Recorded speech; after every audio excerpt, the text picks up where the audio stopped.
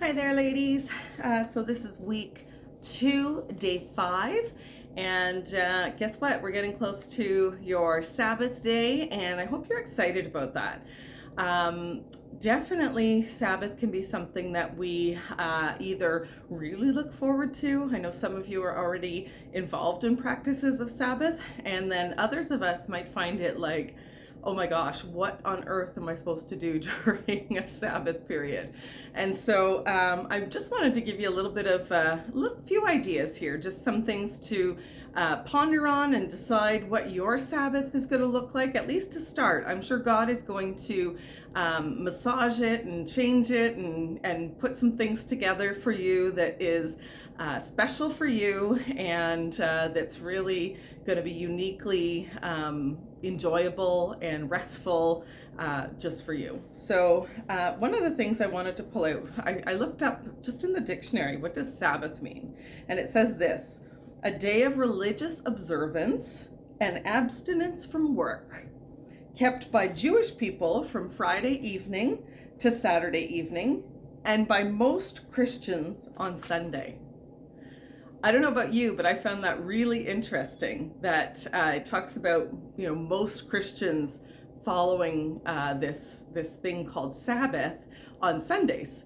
And I think if you ask most Christians, tell me about your Sabbath keeping, there might be a few moments of silence, or, well, let me tell you, or let me think about that. But I don't know that it would be a practice of most Christians today. So this is why I think it's really important that we look at it and establish a Sabbath rhythm.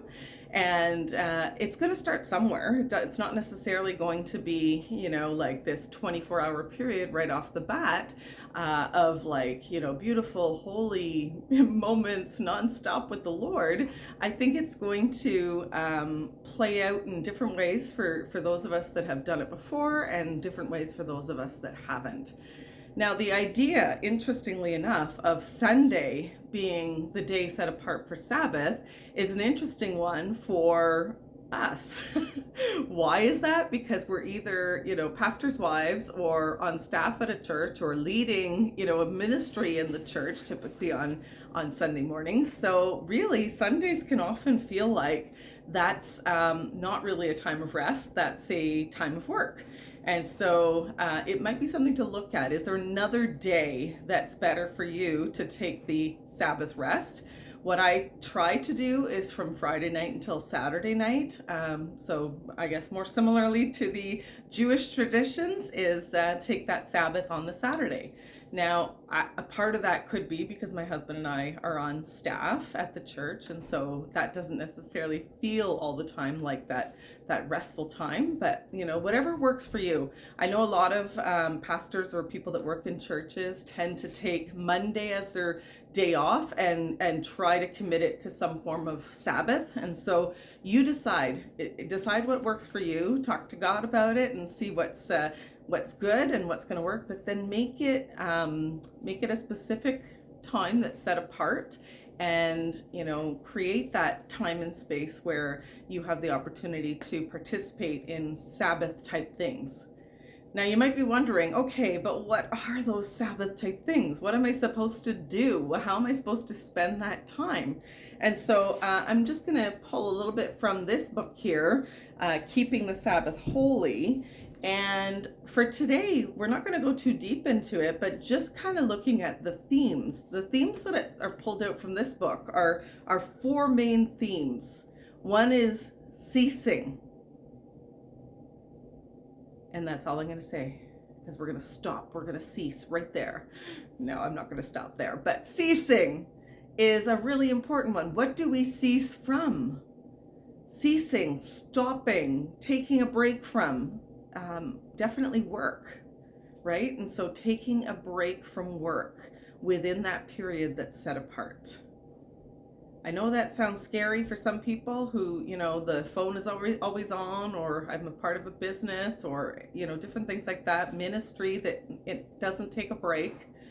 But there is a faith component to ceasing, because when we cease, when we stop our work, we trust that it's not just about us doing, but that God is still at work even when we're not.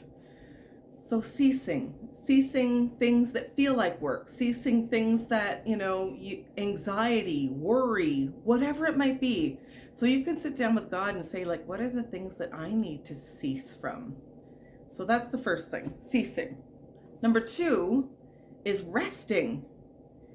And resting can take many different forms. And understanding a bit about yourself can be helpful to know what is actually restful for me.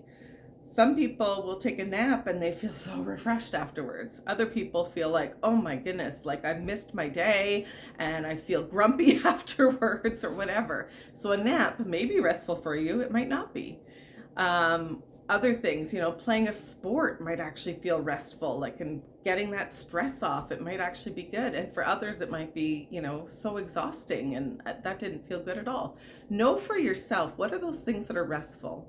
I know for me, I'm a water baby, so being by water typically is going to be something that is really restful for me, whether it's swimming in a pool, whether it's watching a waterfall, whether it's sitting by the lake, whatever, taking some time where I don't have to be anywhere or do anything and I could just read a book or have a nap if I fall asleep, and that's okay. Or do a puzzle or, so there's different things that actually, with the proper amount of time and space that I can feel at rest doing. Also, the things I've been focusing on mainly are physical rest, but there's also spiritual rest. So figuring out what are the things for you that actually bring about spiritual rest. Is it listening to music? Is it singing music? Is it playing music? Is it, taking some time to, we talked earlier this week about Imagine That, our meditation technique that takes a bit longer to sit with Jesus. What are the things for you that bring you spiritual rest? Those are the types of things you want to start looking at. Then we have embracing. And what does that really mean? It sort of means embracing the things of God, the things that you love, the people that you love. We often think that, Sabbath or rest means it's my alone time. And rest can be alone time. But Sabbath is actually embracing the things of God, the people of God, the gifts of God.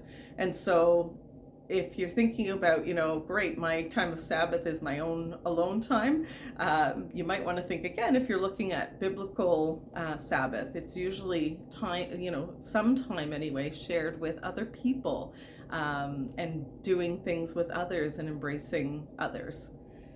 Lastly, we have feasting. And so typically feasting is done in celebration and there's others around. And so that's another one that kind of, gives you the idea of it's not, everybody leave mommy alone. This is my time. You might have a bit of that and that's okay as a part of your Sabbath rest. But another part of it is, embracing and feasting and being with people and celebrating the goodness of God. So there's a few ideas and suggestions, and hopefully, some of those ideas spark something for you for how you spend your Sabbath day. Enjoy your time of rest.